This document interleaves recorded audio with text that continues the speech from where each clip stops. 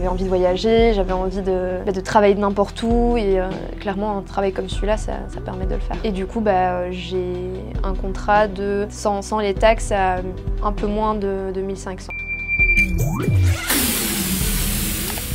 Alors, je m'appelle Majda, j'ai 28 ans, je suis bruxelloise. J'ai fait des études de gestion d'entreprise à l'HEC et ensuite je suis partie à l'étranger et de là j'ai commencé à travailler plus ou moins au moment du Covid.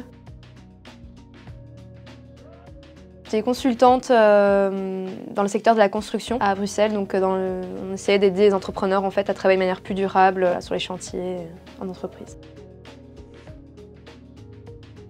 Enfin, j'ai toujours été très attirée par les réseaux sociaux, c'est quelque chose qui me passionnait, je trouve ça super intéressant. Je ne pensais pas qu'on pouvait en faire un métier en fait. Tout simplement parce que je me disais mais tout le monde sait le faire, enfin, c'est pas compliqué, tu vas sur les réseaux, tu postes ta photo, enfin, surtout qu'au début c'était pas encore aussi compliqué qu'aujourd'hui et je m'étais pas dit qu'en fait c'était un métier et puis j'ai vu plusieurs fois les vidéos de Justine qui montrait ce qu'elle faisait, qui parlait du fait que c'était un vrai métier, qu'on pouvait vraiment faire quelque chose avec ça et je me suis dit pourquoi pas, un jour je me suis lancée, donc j'ai eu mon premier appel là avec une des commerciales qui m'a vraiment super bien expliqué le truc et j'ai pas hésité à me lancer, mais j'attendais quand même d'avoir suffisamment de certitude et de fonds aussi pour pouvoir le faire. Puis je me suis dit go, en fait, on n'attend plus, on y va.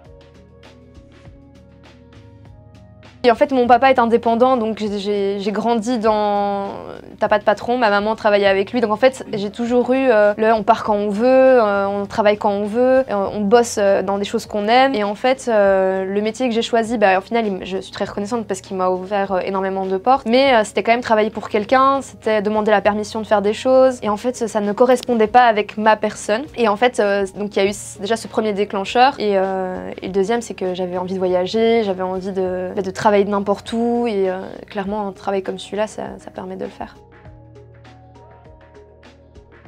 Alors moi j'ai commencé la formation en juillet-août 2022 du coup. J'ai tué la formation.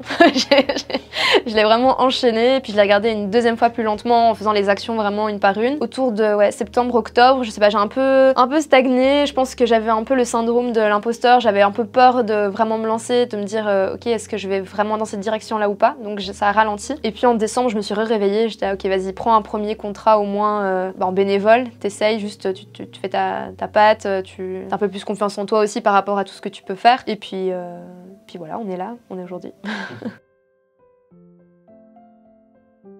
Entre le moment où je me suis vraiment mise à chercher et le moment où je l'ai eu, il y a peut-être eu 2 semaines. Et là, je l'ai signé à 3 jours.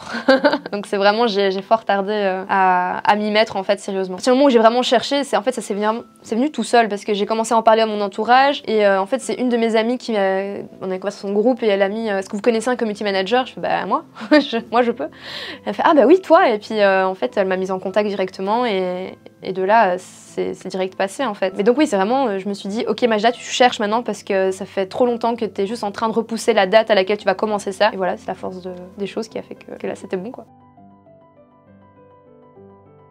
C'est un quartier en fait qui est en développement à Bruxelles depuis assez longtemps, 2005 je pense, qui avant était une gare maritime. Et donc c'est un endroit où il y a des coworking, où il y a des événements, des expositions, il y a un food market qui est là aussi. Enfin, c'est vraiment pas mal de choses. Et donc j'ai commencé d'abord, enfin si vous voulez, c'est d'abord une agence qui travaillait avec eux et donc ils ont voulu passer à quelqu'un de plus personnel qui serait vraiment là pour eux. Et du coup j'ai un contrat de sans les taxes à un peu moins de 1500. Alors je vais m'occuper de Facebook, Instagram et LinkedIn. Là pour l'instant, Facebook et Instagram sera le même contenu, donc le tarif va être amené à augmenter. Et c'est 3 posts par semaine, donc faire la modération, tout ce qui est routine d'engagement et tout ça donc pour ces 3 plateformes-là.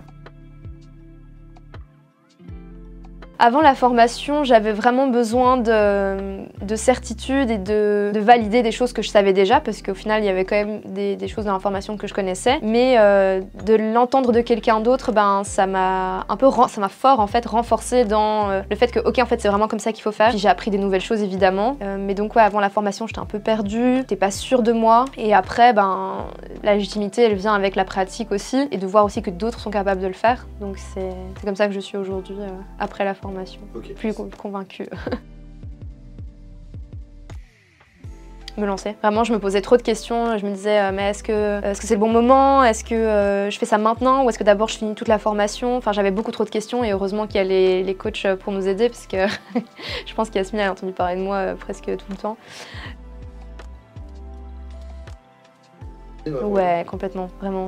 Enfin, si c'était pas Yasmine qui répondait, c'était quelqu'un d'autre. Il y avait aussi les sessions de Q&A pendant le mois, enfin les Zooms, enfin tout ça en fait qui est mis en place, ça nous aide vraiment à avoir des moments en plus petit comité où on peut poser nos questions, mais aussi via le chat. Enfin, c'était. À aucun moment je me suis dit que j'étais toute seule ou que j'allais pas avoir de réponse. C'était toujours entouré.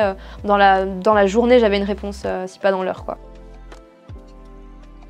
Alors je recommande à 100% Liberté Digitale, non seulement pour toutes les raisons que j'ai pu citer avant, qui sont le fait d'être entouré, d'avoir un contenu qui est quand même assez qualitatif, qui est tout le temps mis à jour, parce que j'ai vu encore qu'il y avait des nouveaux modules qui sont sortis, donc c'est trop bien parce que du coup on y a accès tout le temps, toute la vie. Et donc ça c'est un plus. Tout l'aspect accompagnement, la communauté, comme on a pu, rien qu'aujourd'hui, le fait de se retrouver dans un séminaire, on voit qu'on n'est pas tout seul, qu'on rencontre des gens avec qui on va pouvoir travailler, on échange, et surtout avec les contrats qui viennent. Moi, c'est quelque chose qui m'a fort rassurée aussi, qui a fait que j'ai signé, c'est de savoir que dans tous les cas, j'allais partir de là avec un contrat. Parce qu'il y a les filles postent en fait des propositions, etc. Donc il n'y a pas d'excuse au final de ne pas trouver. Si à ce moment où on s'y met et qu'on se lance, on y arrive, quoi. J'ai une citation de Nelson Mandela qui parle exactement pour ça et que c'est mon mantra depuis toujours, c'est fais que tes choix soient guidés par tes rêves et pas par tes peurs. Et en fait, pour moi, ça a toujours été le cas. Je me suis dit, est-ce que j'ai peur ou est-ce que c'est quelque chose que je veux faire? Et à partir du moment où la réponse était j'ai peur, c'est non, va le faire en fait. Et donc il faut vraiment pas craindre quoi que ce soit. Dans tous les cas, ça se passera bien.